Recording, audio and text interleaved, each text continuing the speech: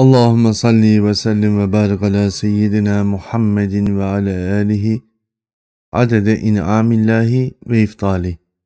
Euzubillahimineşşeytanirracim. Bismillahirrahmanirrahim. Zülkarneyn aleyhisselamın vefatının ardından dünyanın 3. ve 4. devri olarak tabir ettiğimiz iki dönemi ele alıyoruz. Birisi M.Ö. 2400 ila M.Ö. 2200'lü yıllar arasında Sümer topraklarında artık bir Akkad unsurundan ve onları Ur'a gelerek yıkmış olan Elamlardan bahsediyor olacağız. Bu topraklarda artık iki büyük kültürel yapı, iki büyük devlet kuruluşundan söz ediyoruz bu çağlarda. Bir tanesi Elamlılar, özellikle Hint kökenli ve Perslerle beraber kurulmuş olan bir devlet yapılanması. Hintlilerin desteklediği ancak Pers yapısının daha ağır bastığı bir yapı. Sümerlerin birlikte yaşama kültüründen uzaklaşarak ayrışma dönemi ve Mezopotamya'da artık kültürel ve milli ayrılıkların yaşadığı dönemlerin daha keskin olarak anlayacağımız döneme geçmiş oluyoruz. Elbette bu sözlerimizi yine hep Siyer-i Nebi çerçevesinde alıyoruz. Zülkarneyn'den sonra toplumlar büyük korkularını atlatmak için önemli bir dönem geçirmişlerdi ki bu işte 3. ve 4. devir miladin öncesindeki 2400-2200 ve 2200-1900 yılları arasında yaşanmış süreçlerden bahsediyoruz. Neden böyle bahsettik? Çünkü birinci dönem daha ağır aksak geçen, özellikle Zülkarneyn'den sonra Akkadların başına geçmiş olan Sargon adındaki bir imparatorun bölgede yeniden halkı toparlayabilme mücadelesinden geçtiğini göreceğiz. Bu zaten Sümerlerin yıkılışında Zülkarneyn Aleyhisselam'ın vefatında önemli bir etkisi vardır. Bölgede yaşanmış olan o büyük zor dönemi atlatmanın ardından Sümerlerin yerine gelecek olan devlet elbette ki kendisini daha hızlı toparlayabilmiş olan diğer unsurlarla anlaşılır ki bugünkü Mezopotamya topraklarının daha kuzeyinde Sümer'e daha uzak bulunan bir grubun, Akkadların, ki onlar hakkında genellikle Sami ırkına sahip olduğu söylense de evet Sami ırkına sahiptiler ama Kudüs'ten daha uzak ve Kudüs'e bağı bulunmayan bir topluluk olduğu söylenebilir. Daha korkusuz olmaları sebebiyle Zülkarneyn sonrasında devletleşebilme mücadelesinde özellikle Elamların Ur'a gelmesine engel olabilecek bir pozisyonu kurgulamak istiyorlardı. Ancak Sargon bu insanlara korkusuzluğu verebilmenin ardından kendisi de korkusuzluğu ön plana çıkarmıştı ve doğal olarak yaşadığı topraklarda korkusuz imparator olarak anılmaya başlanmıştı. Bu da bölgeye Allah-u Zülcelal tarafından görevlendirilmiş olan Kaira aleyhisselam tarafından engellenecekti.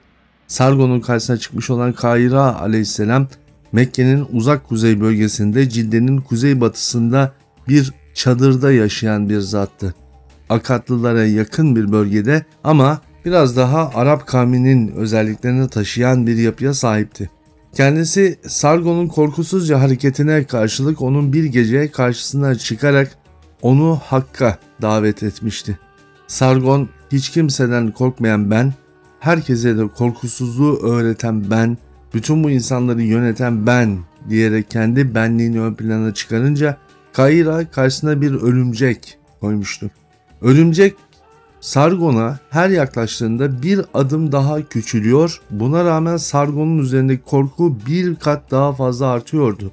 Sargon'daki örümceklere karşı bu korkudan haberdar olan Kaira peygamber onun bu korkusunu hatırlatarak benlik düşkünlüğünden kurtulması için mücadele etmişti. Ancak Sargon her ne kadar peygamber Kaira aleyhisselama seni sevdim, sana iman ettim diyese de ona iman etmemiş gibi hareket ediyor ve en sonunda da imansız olduğunu ifade ediyordu. Kendisine inanmış olan toplumun önderliğini sürdüre gelirken tevhid inancından bu uzaklaşması sonucunda toplumun tüm korkularından uzaklaştırmış bir peygamber olmakla beraber onun bu korku dolu hayatını Sargon'a karşılık Kaira aleyhisselam topluma benliğinden sıyrılabilme imkanını doğuracak her türlü hikmetli azameti beyan etmiş, dolayısıyla toplumun Sargon'un sonunu getirmesini sağlamıştı.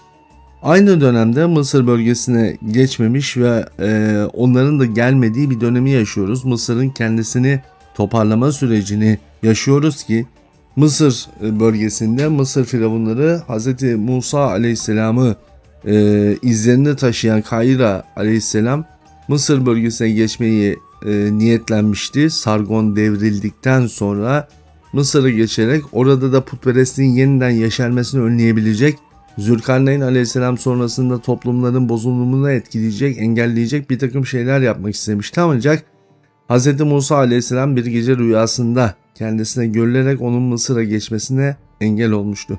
Bu elbette ki Mısır'ın başına gelecekler veya Mısır'ın Mezopotamya coğrafyasına yayılması halinde Mezopotamya coğrafyasında yaşanacak bela ve desiselerin önüne geçmek için Cenab-ı Hakk'ın bir ikramıydı.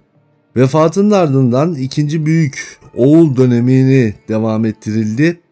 Bu dönemde Kayra peygamber aleyhisselamın oğlu Saymra aleyhisselam, Kayra aleyhisselamın vefatından 7 yıl kadar evvel Allah-u Zülcelal'in vahiy ilahisine muhatap olmuş, devletin Akkad devletinin hem varlığını devam ettirebilmek hem de bu bölgedeki İslam unsurlarını ortadan kaldırabilecek etkileşimin önüne geçmişti. İkinci büyük oğlu olarak görevine başladığından itibaren bu dönem için önemli iki unsur oluşmuştu devletler arasında. Bunlardan bir tanesi sır katipliğiydi. Çünkü devletlerin artık kendi politikaları, kendi stratejik yönetim tarzları yeryüzünde daha çok önemli hale gelmişti. Bu bağlamda da sır katipliğini ilk defa insanlara, devletlere öğreten peygamber Saymra peygamber oldu. Sır katipliği özellikle milattan önce 1950'li yıllarda gözümüze çarpıyor.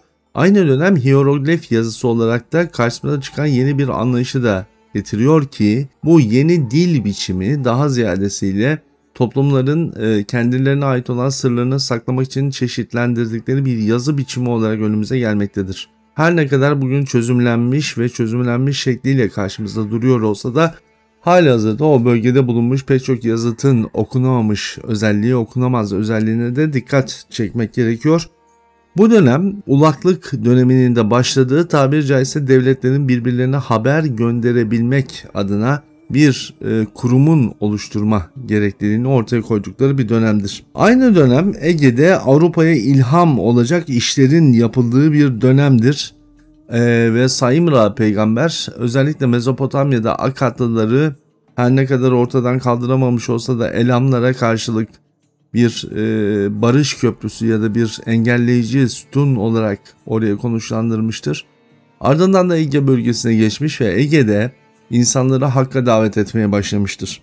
Bu bölgede Ege'de artık Avrupa'ya ilham olunacak o düşünce biçimini, yaşam biçimini, tıbbiyeyi, felsefeyi düşüncenin temelleri artık konuşuluyor olmuştur. Ancak bu bölgede Ege'de çok da fazla kabul görmemiştir. Ve Ege'de uzun bir müddet verdiği tevhid mücadelesi esasında insanları Hakk'a davet etmek için mücadele ederken bir gün Saymra aleyhisselam Ege bölgesinden ayrılırken sırtından vurularak öldürülmüştür. Bu dönem elbette ki Ege'nin kendi içinde Mısır'la beraber Mısır'ın etkileşimi altında artık paganizm izlerine taşıyacağı bir dönem olarak karşımıza çıkıyor. Bir peygamberin vefatının ardından bu bölgede artık gittikçe putperest anlayış, paganizm anlayışı daha da kurumsal bir kimlik kazanımına geçiyor ki özellikle yarından itibaren ele alacağımız yakın devirlerde bunun etkilerini görmeye başlıyor olacağız. Yarın Allah nasip ederse yeni inançların artık kurumsal anlamda karşımıza çıktığı bir döneme gidiyor olacağız. Hammurabi'den bahsediyor olacağız. Bunlara karşılık mücadele eden Hammurabi'den Allah nasip ederse yarın inşallah. Bugünlük kalın sağlıcakla.